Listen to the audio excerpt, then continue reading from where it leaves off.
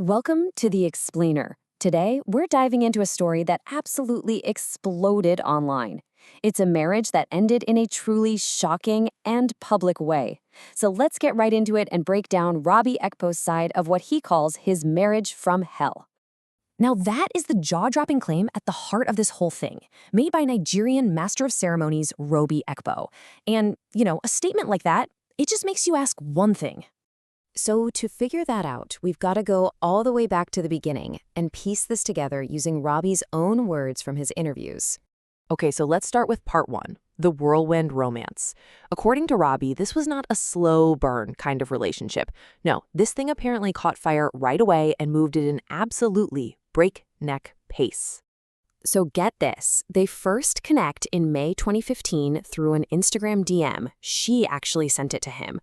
By his birthday in August, he's proposed, and by November, they're married. The whole thing from the first message to I do was just 6 months. He actually described it as this intense and crazy chemistry. In his own words, he'd never felt that way about a woman before. And that feeling, well, that's why he says he didn't even hesitate to propose so fast. He really thought he had found the one. All right, section 2, a marriage apart. Because almost as quickly as they got together, their lives took them in completely different directions. Right after the wedding, they started living a life that was pretty much defined by distance. So here's how Robbie lays it out. On his side, in Nigeria, he says he left a good career and moved to Lagos specifically for her. He was struggling to get gigs and was sending a big chunk of his income over to the US.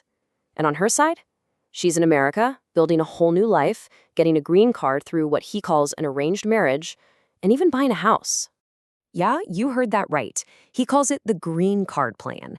Roby claims this was something they both agreed on, that she would enter this temporary arranged marriage just to get a green card, and that he was totally on board with it. He even says that on the day she went through with that ceremony, she called him crying, saying, "This should have been you." And the financial side of this is, well, it's a huge part of his story. He claims he was sending up to 50% of his income, half of everything he made from his events, straight to her in the US. So you might be wondering, what about money coming the other way? Well, according to Robbie, in all these 7 years she was in the States, he never got a single dollar from her. Not one. Okay, on to section 3, the cracks appear. Because according to Roby, long before this all exploded publicly, he started seeing signs, red flags, that the whole foundation of their marriage was starting to crumble. And this is probably the most shocking piece of evidence he brings forward. He claims that way back in 2017, he found this message his wife sent to her friend about him. I mean, look at it. He is mad in capital letters.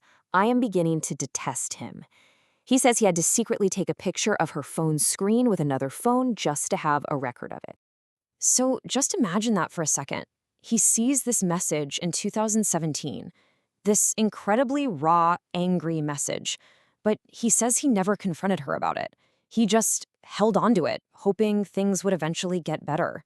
And it wasn't just that one message. Looking back, he lists a bunch of other red flags, things like her telling him to delete all their couple photos from his social media, or him finding a picture of her sitting on some other guy's lap. Then there was her buying a house in the US and only telling him after she'd already done it.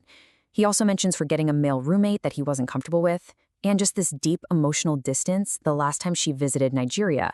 That final visit really sounds like it was the nail in the coffin. He says he paid for her ticket to come to Nigeria, but when she gets to the airport after they've been apart for 4 years, no hug, no kiss. He says he ended up sleeping in the living room for the first 2 nights, and when it was her birthday, she was just cold, distant, and rejected any plans he tried to make. And then, just before she flew back to the US for what would be the last time, he says she laid it all out on the table. She told him to his face, "I'm not sexually or emotionally attracted to you anymore." For Roby, that was it. That was the moment he knew it was truly over. So that brings us to section 4, Roby's side of the story. Why go public with all this? Well, when you listen to his interview, it really comes down to this deep, deep sense of pain and betrayal. And he also says he wants to send a message. A huge part of his pain seems to be tied to his age. He brings it up again and again. He's 48, and after being married for over a decade, he has no children. You can just hear the feeling of lost time in his voice. And he talks about this painful journey they had trying to have kids. He claims he went and took multiple sperm tests, which all came back showing he was perfectly healthy. But then he says she claimed to have a miscarriage without any proof, and later he heard from people that she was actually on contraceptives the whole time. And to show just how bad the communication had gotten, he actually shared his call logs. He screen recorded them to show what he says are days and days of him calling and texting, with just nothing back. It paints a pretty clear picture of a total communication breakdown. So what's his motivation for telling everyone this? He says, "The reason I'm here is because I feel like men should speak. Men don't talk."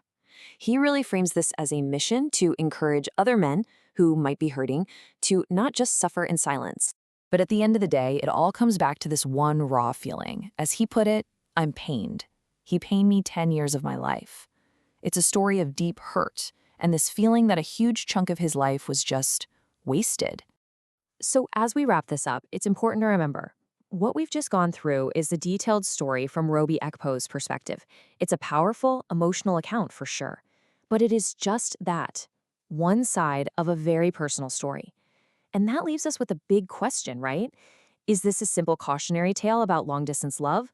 Or is it a much more complicated story where there's a whole other side that we just haven't heard yet?